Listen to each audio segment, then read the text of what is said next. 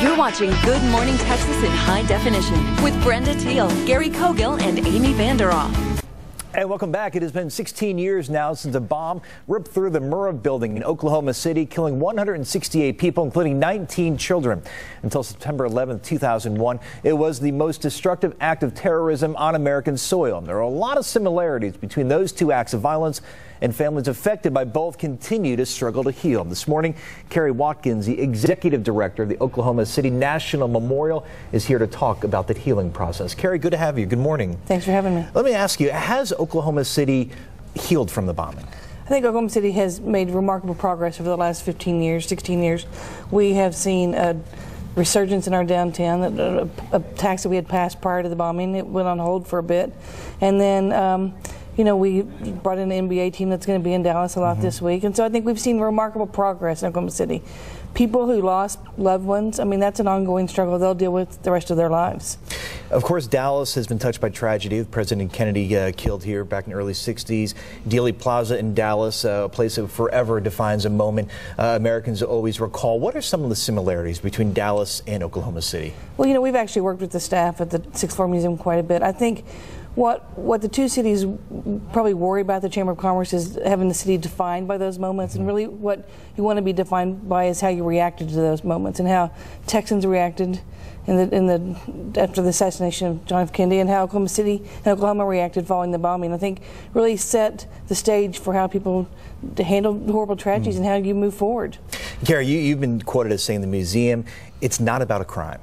What exactly is it, and how do you describe it? Well, you want to teach the impact of violence. You want to show that choices have consequences, but you also want to be able to teach this next generation. We're now teaching people that weren't alive or were so young they don't remember the act, and so you've got to be able to teach this next generation to remember, and that what we're living with today is as relevant to what happened 16 years ago as it was then. How much did the execution of Timothy McVeigh help in the healing process in Oklahoma City? Well, I mean, it shut him up, but it didn't bring their loved ones back. So I think it's people deal with. You see the same with Osama bin Laden. I mean, he's gone, but I mean, the talk is still there, and so people have to figure out how to personally move forward and get past that and make the very best out of a bad situation.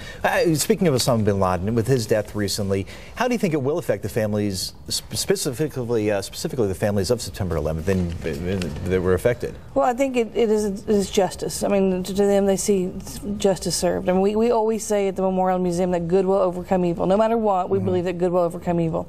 And we think, with his death, evil is gone as far as he's concerned. But he's trained a lot of other people, and we have to be vigilant and alert, and we have to continue to educate and remember. And I think everyone has a role to do in that process. Kari, how important is it to have a formal memorial for Oklahoma City? Well, I think it's critical because it gives you a place to remember and to force you to remember. And it gives you a place to assemble people and to bring conversation, to start conversations about the good and the bad that's going on in the world and what we can do. It's a symbolic place that people can come to remember and also to learn. And it's also a strong message of hope as well. We think, that, as I said, good overcomes evil, and hope is an important part of that. And so as you see time pass, it's a very important place in the heart of this nation. Okay, Kari Watkins, we appreciate you coming in and shedding some light on Oklahoma City. Come see us. Appreciate it. You bet. All right, thanks, Kari. Let's go over to Amy now with some fans.